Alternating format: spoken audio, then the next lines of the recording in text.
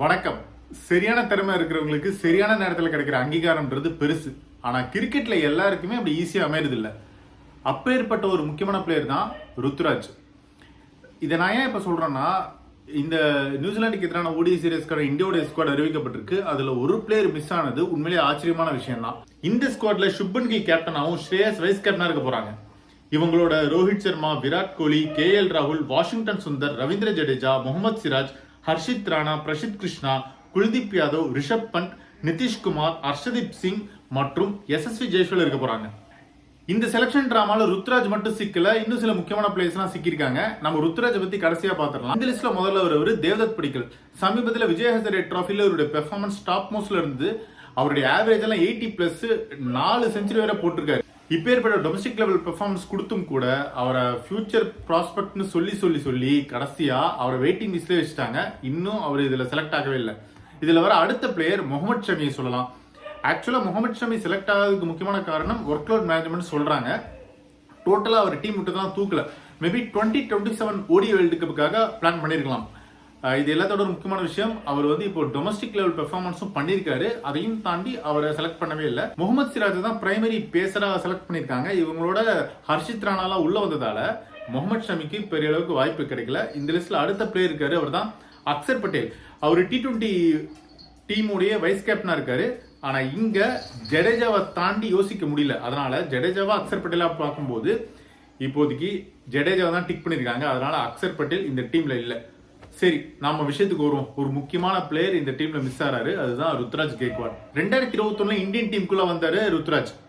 அப்போத்துல இருந்து இப்போ வரைக்குமே ருத்ராஜ ஒரு ப்ராப்பரான ஃபுல் டைம் பேட்டராவே அவங்க கருதவே இல்லை. அதாவது ப்ராப்பரான பிளேயரா இந்த ஸ்லாட்டுக்கு ருத்ராஜ் தான் அப்படின்னு சொல்லி இது வரைக்கும் அவங்க எடுக்கவே இல்லை.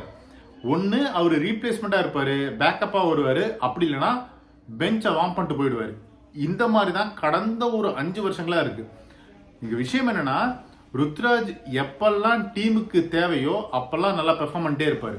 டொமஸ்டிக் லெவல்ல ரன் அடிச்சா மட்டும்தான் உங்களுக்கு சான்ஸ் சொன்னா கூட ருத்ராஜ் கேக்வாட் அங்க போய் விளையாண்டு மகாராஷ்டிராவுக்காக நல்லா பெர்ஃபார்ம் பண்ணிட்டு மறுபடியும் வருவாரு, டீம்ல இடம் கிடைக்காது. ஸோ இப்படி கண்டினியூஸா இது போயிட்டே இருக்கு. அவருடைய ரெக்கார்ட்ஸ் எடுத்து பார்த்தோம்னா நமக்கே ஆச்சரியமா இருக்கு.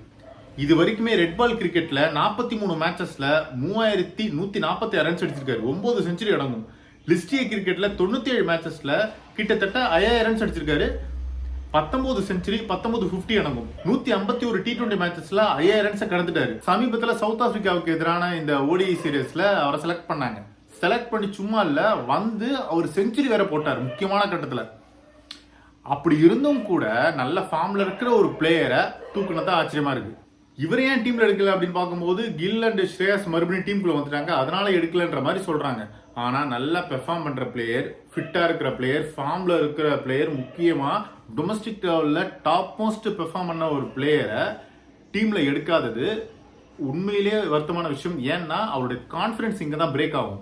இப்ப சமீபத்தில் கூட இந்த இஷ்யூ பத்தி அஸ்வின் பேசியிருக்காரு.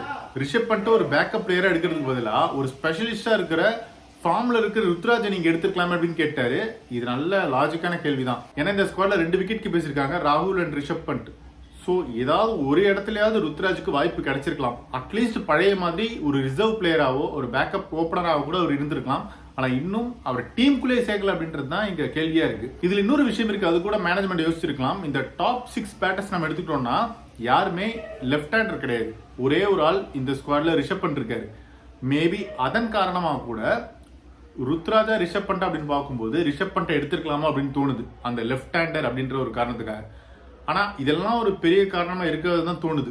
ஸோ ஃபைனலா சொல்லணும்னா, ஒரு பிளேயர் நல்லா விளையாடணும்னா அவரை தூக்குறதுல ஒரு நியாயம் இருக்கு. ஆனா எல்லா ரெக்குயர்மெண்ட்டுமே ஃபுல்லான ஒரு பிளேயரை தூக்குறதுல எந்த ஒரு நியாயமே இல்லை, கொஞ்சம் கடுப்பு தான் ஆகுது. அதுதான் இப்போ ருத்ராஜுக்கு நடந்திருக்கு.